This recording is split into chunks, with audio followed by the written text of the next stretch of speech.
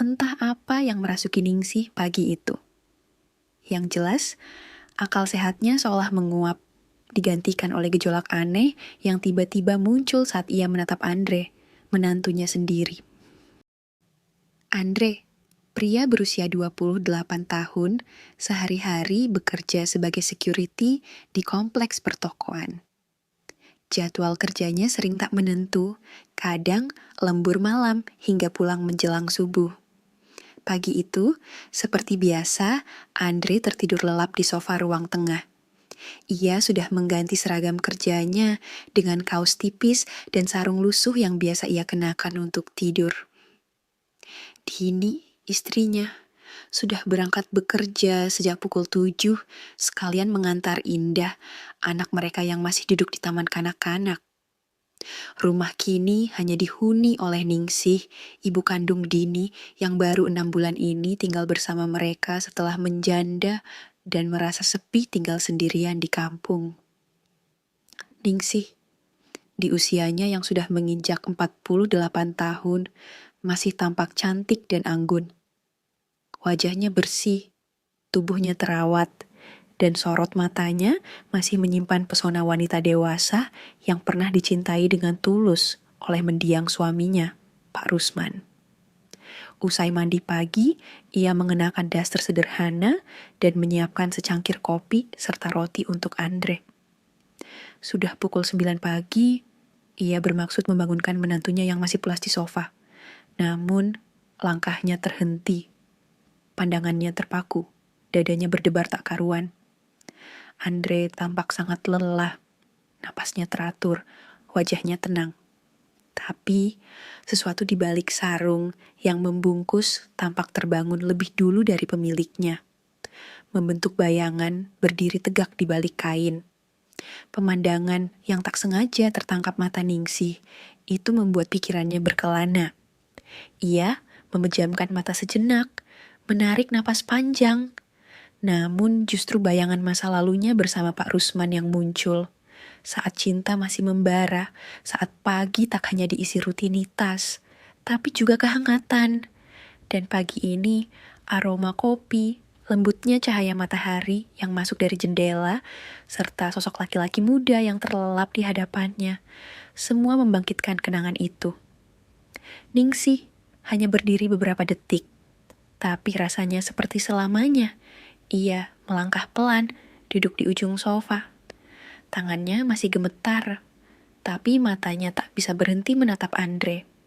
Ia tahu ini salah, tapi perasaan hangat yang muncul di dadanya bukan sepenuhnya keinginan. Ada rindu yang menyesakkan, rindu menjadi perempuan, rindu akan sentuhan dan perhatian, rindu pada kehadiran sosok laki-laki di sisinya. Ia hanya duduk di sana, diam, hening, memandang Andre dengan tatapan yang sulit ia artikan sendiri. Antara kagum, rindu, dan rasa bersalah yang datang bersamaan. Dan pagi itu, di tengah keheningan rumah kecil di kota yang bising, sebuah rasa yang tak seharusnya tumbuh mulai bersemi diam-diam. Ningsih masih duduk di ujung sofa, tak bergerak. Matanya menatap Andre, menantunya yang tertidur lelap. Napas Andre masih teratur, sesekali mengerang pelan, seperti orang yang sedang bermimpi. Tapi yang membuat dada Ningsih sesak bukan hanya karena pemandangan di balik sarung itu, tapi karena rasa bersalah yang mulai menyesap pelan di sudut hatinya. Ia teringat masa lalu. Saat Dini pertama kali memperkenalkan Andre kepadanya di kampung. Saat itu, Andre hanya pemuda biasa, anak petani, tinggal di rumah kayu yang bahkan tak layak disebut rumah. Hidup seadanya, pendidikan tak tinggi, pekerjaan pun serabutan. Dan Ningsih, sebagai seorang istri pegawai kecamatan yang saat itu masih hidup bersama Pak Rusman, merasa derajat keluarga mereka tak pantas dicampur dengan pria seperti itu. Apa enggak ada laki-laki lain, Din? Masih banyak yang lebih pantas dari pemuda miskin. Begitu kata Ningsih dulu, dengan nada ketus dan mata tajam. Tapi Dini bersikukuh. Cinta memang aneh, kadang tak peduli siapa kita dan siapa dia. Dan akhirnya, tanpa restu Ningsih, mereka tetap menikah diam-diam di kota. Bahkan sampai Indah lahir, Ningsih masih menolak datang menjenguk cucunya. Terlalu keras hatinya waktu itu.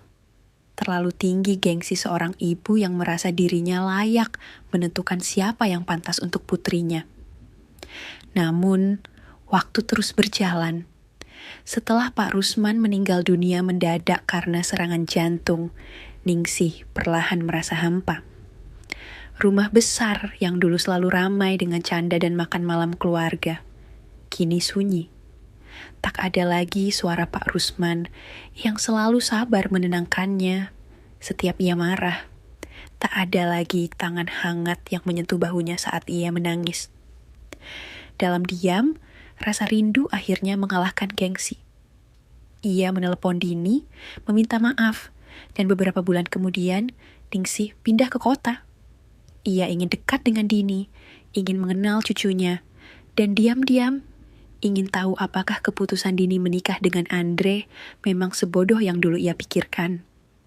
Namun begitu tinggal serumah, perlahan semua anggapannya runtuh.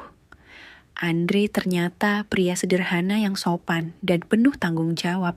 Ia tak banyak bicara, tapi rajin membantu. Pulang kerja langsung ke rumah, tak pernah sekalipun mengeluh, meski pekerjaan sebagai security jelas bukan hal yang ringan. Bahkan kepada Ningsih, ia tetap menunjukkan rasa hormat, walau dulu sempat dibenci. Dan Indah, cucu kecil itu adalah lem perekat keluarga. Gadis mungil itu begitu dekat dengan Andre. Matanya berbinar tiap ayahnya pulang, dan Ningsih melihat itu. Melihat bagaimana Andre begitu tulus dalam perannya sebagai ayah.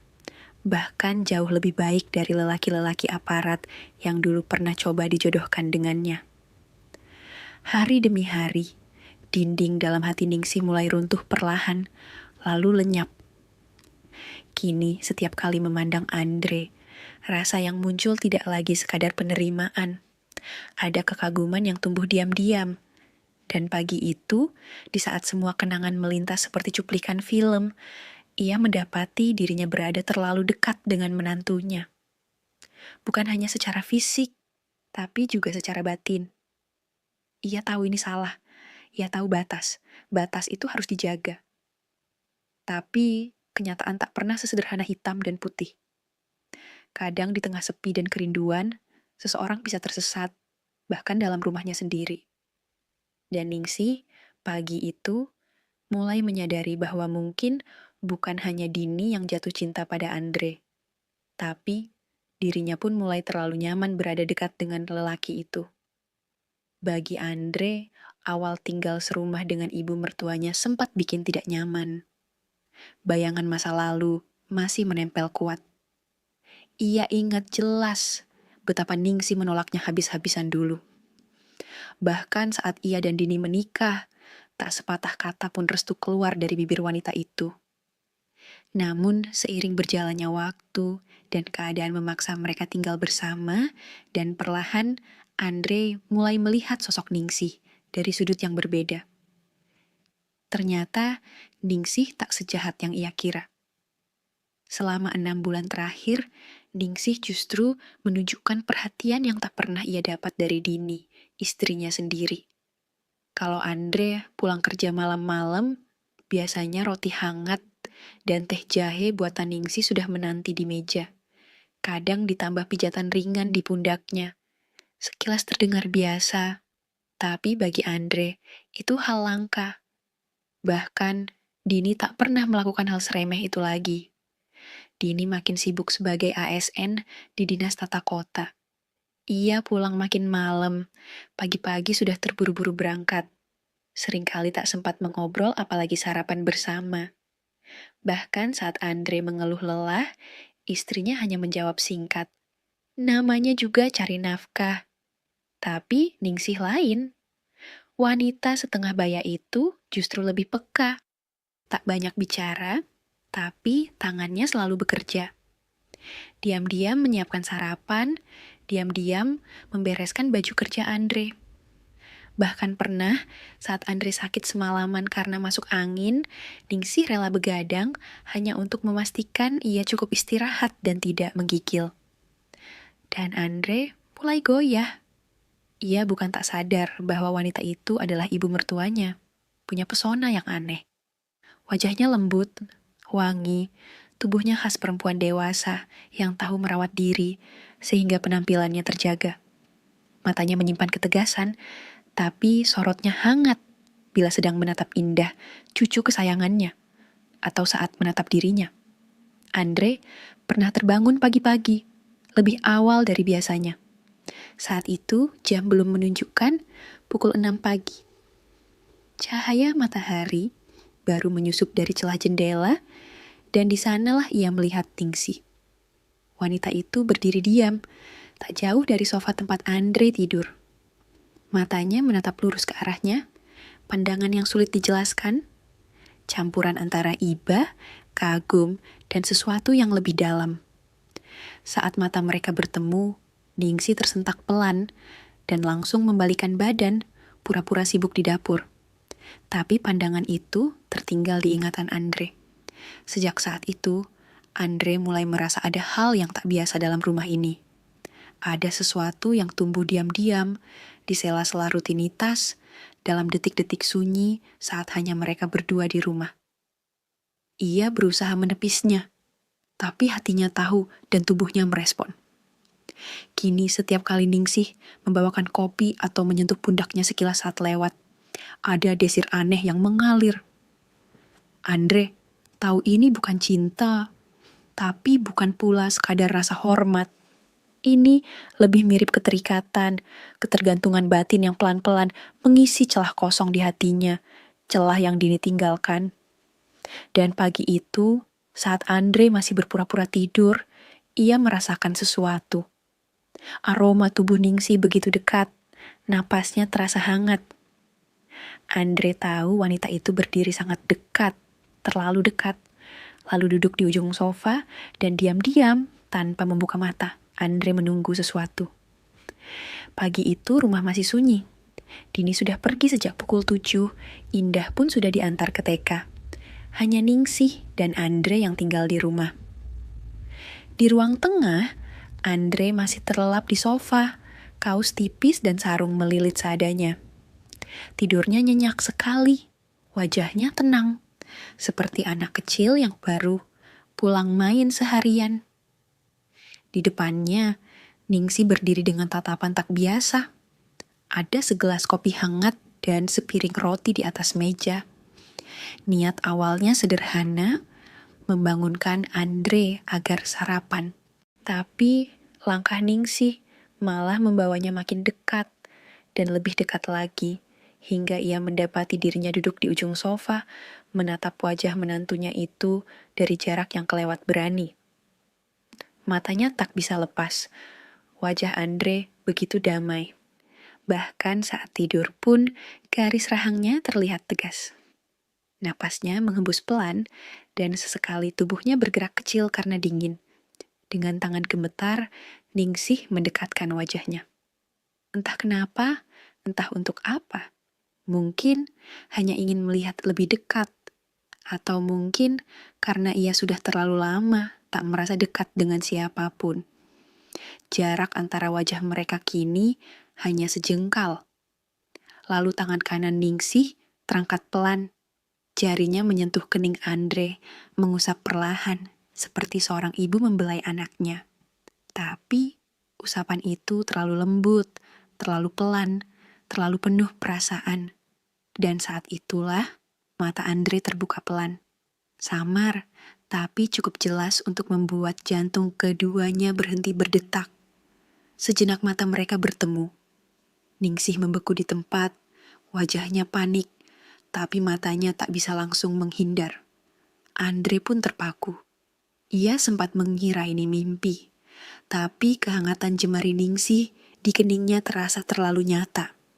Beberapa detik yang sangat panjang berlalu, hingga akhirnya Ningsih cepat-cepat menarik tangannya. Ia berdiri gugup dan berusaha memasang senyum seolah tak terjadi apa-apa. Maaf, sudah jam 9. Kamu belum sarapan nih. Ibu sudah bikinin kopi sama roti. Ucapnya cepat, nyaris seperti orang yang tertangkap basah. Andre belum sepenuhnya bangun, tapi ia sadar ada sesuatu yang berbeda, sesuatu yang tak bisa ia jelaskan. Wajah Ningsih agak memerah, bicaranya terburu-buru, tangannya sibuk sendiri. Tapi yang paling sulit disembunyikan adalah sorot matanya. Dan Andre yang awalnya hanya mengira itu, kebetulan mulai merasa ada yang berubah. Iya, makasih Bu, ucap Andre pelan sambil mengusap keningnya yang barusan disentuh. Entah kenapa, tempat itu terasa lebih hangat dari biasanya. Mereka duduk berhadapan di meja makan kecil. Hanya suara sendok menyentuh piring dan detak jantung yang makin tak beraturan. Tatapan mereka sesekali bertemu, lalu buru-buru dialihkan. Tapi keheningan itu justru membuat suasana makin seperti isyarat. Andre mencuri pandang. Ningsih tampak lebih cantik pagi itu. Rambutnya masih basah, dasternya bersih dan rapi, dan wangi sabun mandi masih terasa lembut di udara. Sementara Ningsih diam-diam melirik Andre yang menyantap roti sambil sesekali menguap kecil. Ada sesuatu dalam cara Andre mengunyah, dalam ekspresi lelahnya yang membuat dada Ningsih hangat sekaligus bergetar. Mereka tak berkata banyak, tapi pagi itu ada sesuatu yang berpindah. Sesuatu yang dulu tak pernah ada. Sesuatu yang berawal dari sebuah sentuhan di kening dan mungkin akan berkembang menjadi badai dalam hati keduanya. Setelah sarapan pagi yang canggung, suasana di rumah terasa lain. Andre pura-pura sibuk membersihkan gelas dan piring. Padahal pikirannya masih tertinggal di kening, tempat jemari Ningsih tadi menyentuhnya dengan lembut. Sementara Ningsih pun beberapa kali tampak gugup sendiri. Salah masuk kamar, salah meletakkan toples, bahkan sempat menaruh gula di kulkas. Siang menjelang, langit mendadak gelap. Gerimis turun dan perlahan berubah menjadi hujan deras. Rencana Andre untuk keluar membeli rokok pun terpaksa batal. Ia duduk di karpet dekat televisi, membuka YouTube lewat ponselnya, sekadar mengalihkan rasa yang makin liar di dada.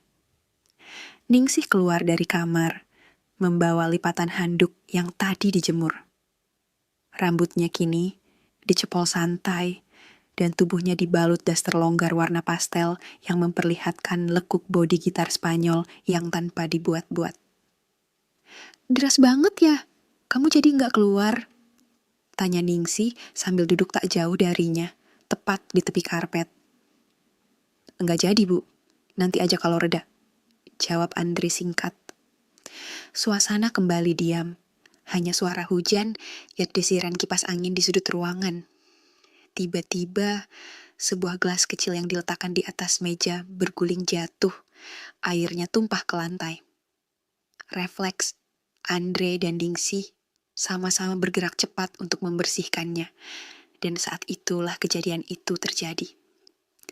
Mereka membungkuk bersamaan.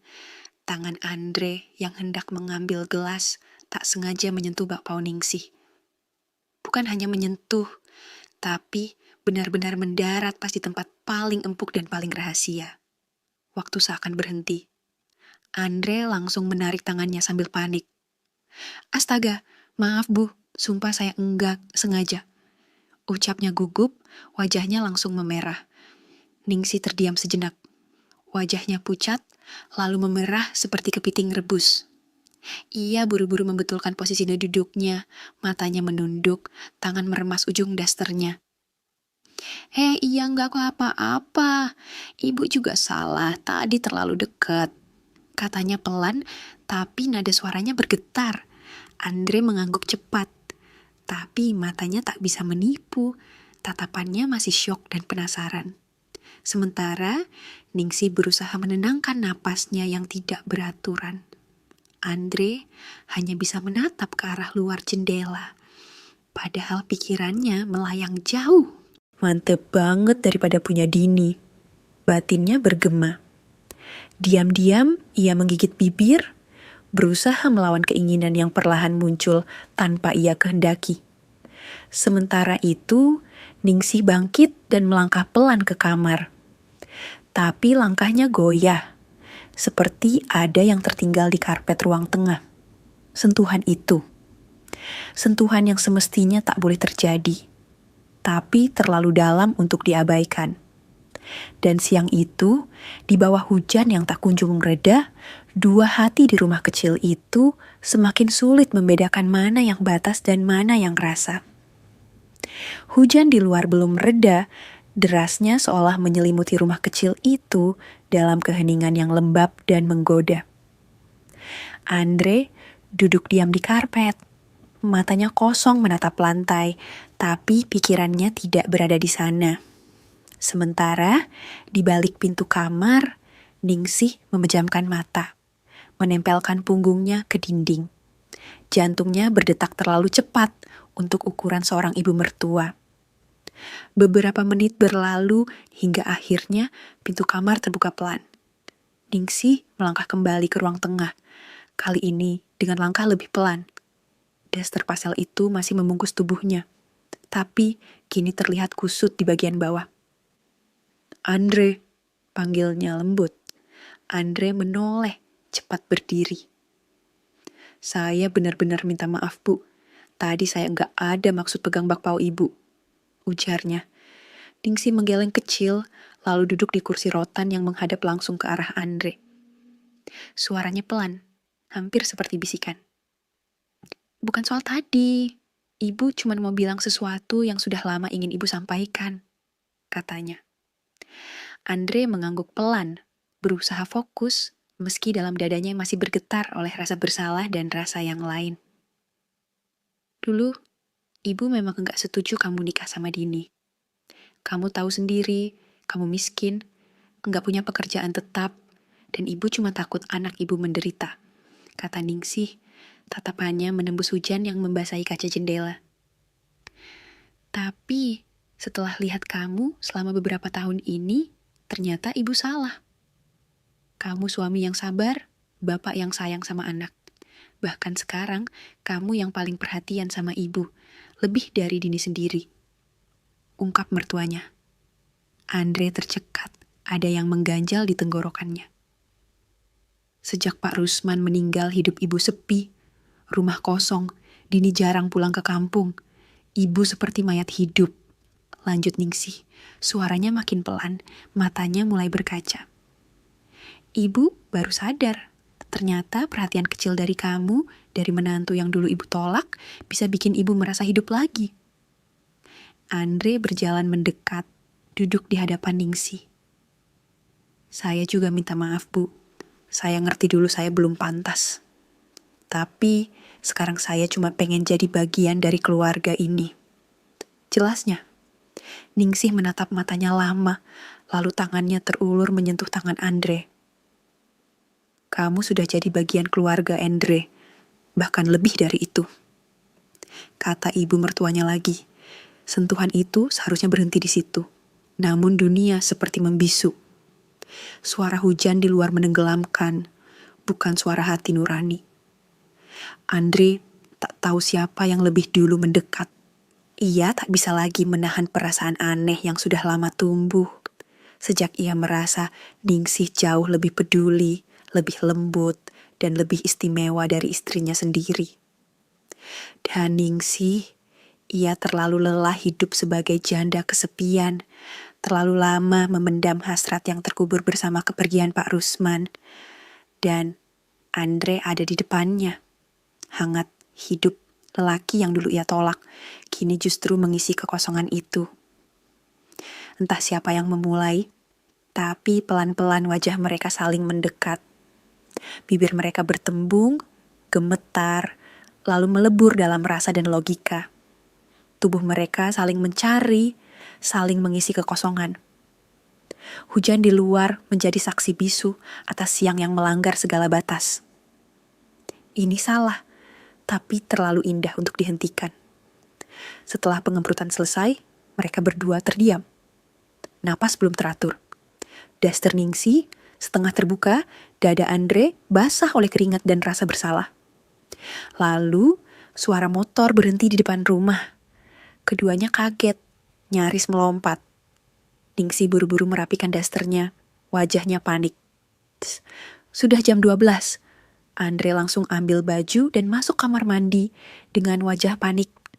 Dari balik tirai, Ningsih mengintip.